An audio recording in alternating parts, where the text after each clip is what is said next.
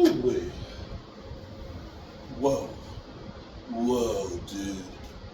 What's up, dudes?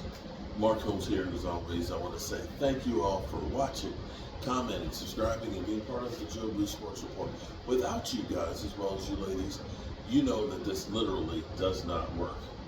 Man, last night after the game, I had some problems with my computer late last night, and I was having a hard time uploading my fireside chat and my game-ending video and stuff as well.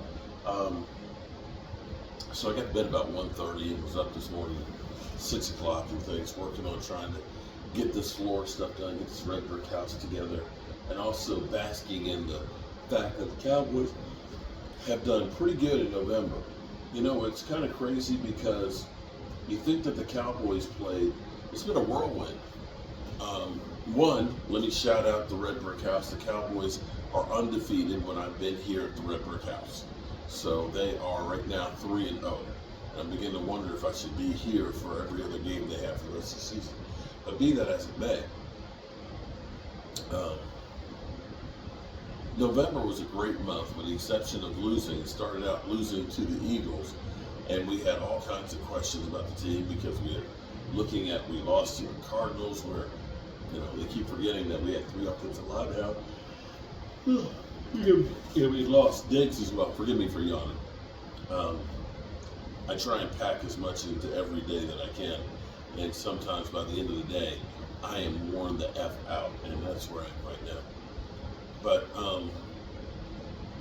the Cowboys, this season has been crazy. When you think about how many people wanted Mike McCarthy gone, think about that for a second.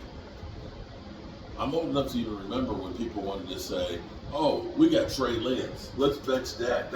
Trey Lance is a message to Dak Prescott. He's leverage for Dak Prescott. Y'all remember that? You remember that, don't you? Oh, Jerry Jones gonna get rid of Dak. He got Trey Lance in the fold. Ain't nobody talking about Trey Lance right now. And then, of course, there was the Skip Bayless, of course, with Cooper Rush. I've seen Cooper Rush and the team respond. I'm old enough to remember when people were saying the team doesn't respect Dak Prescott, that they get up in his face and cuss him out. You remember those things? Remember Mike McCarthy was on the hot seat? So can you imagine if the things that we, the fans, or some of you, have wanted we had done, how messed up this team would be? Yeah, it would be. We want to get rid of Tyron Smith. He's ass. D-Law a couple of years ago.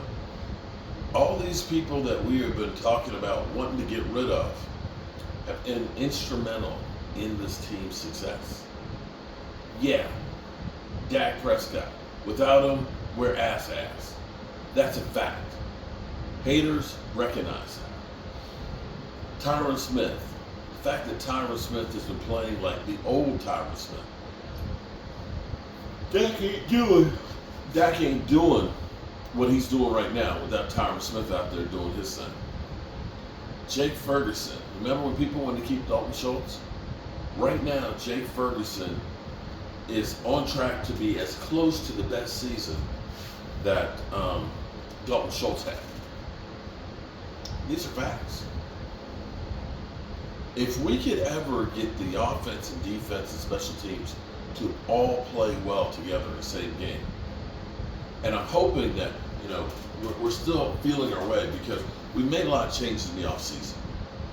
We got the Texas Coast offense, which I don't know how much of this is the Texas Toast offense, or if this is, we're falling back on the good things that we knew we had with Kellen Moore, just without the crazy plays.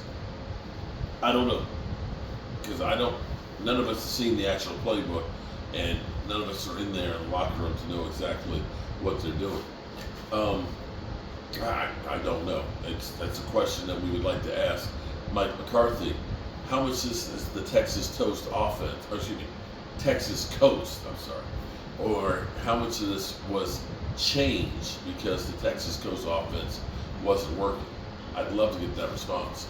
But the fact that the Cowboys recognized during the season that there was a problem and we needed to change it and start doing things to make players comfortable. We went from CeeDee Lamb being upset because he couldn't get the ball.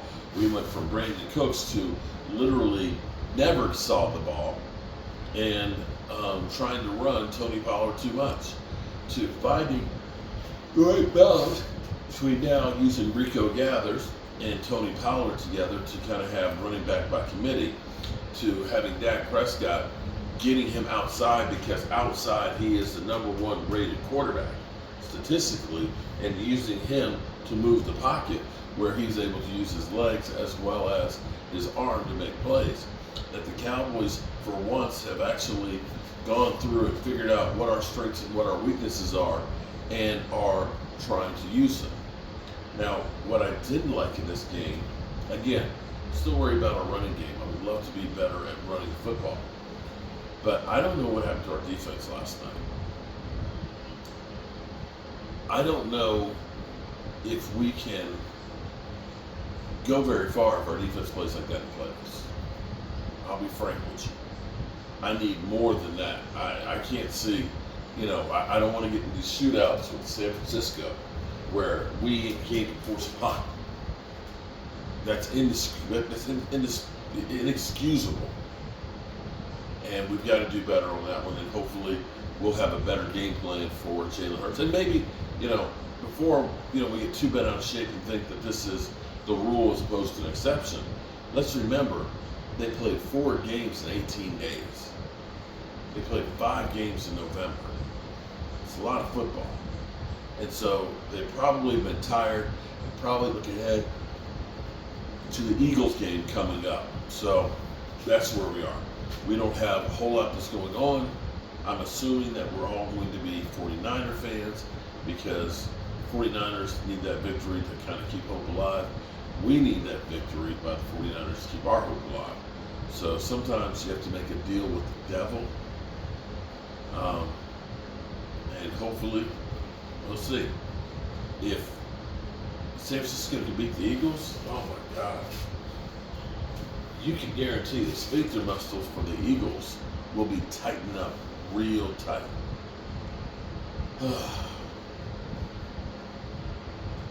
I am tired. I mean, really tired. But as I look around this floor, it's freaking amazing. And it's smooth. I'm out here barefoot on this floor. But it's been sanded with 120 grit. And feels nice. Can't wait to put the varnish on tomorrow. All right, good people. You know how we roll. Life is short. And that's why I try and bust a hump in here every day to get as much done as possible. And it was really cool today to meet more people whose family lived in this house.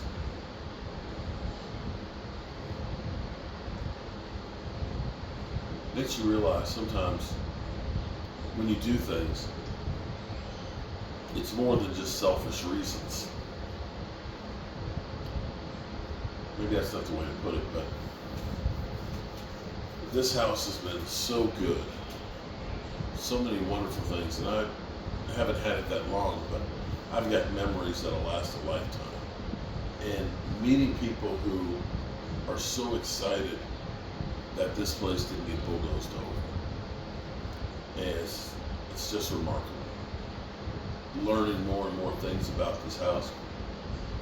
It has been a gift.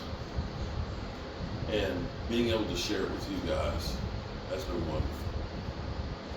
So remember, good people, remember, tell the people you love how much you love them. Because you might not get the chance again. And I love you guys. God willing, I'll see you tomorrow.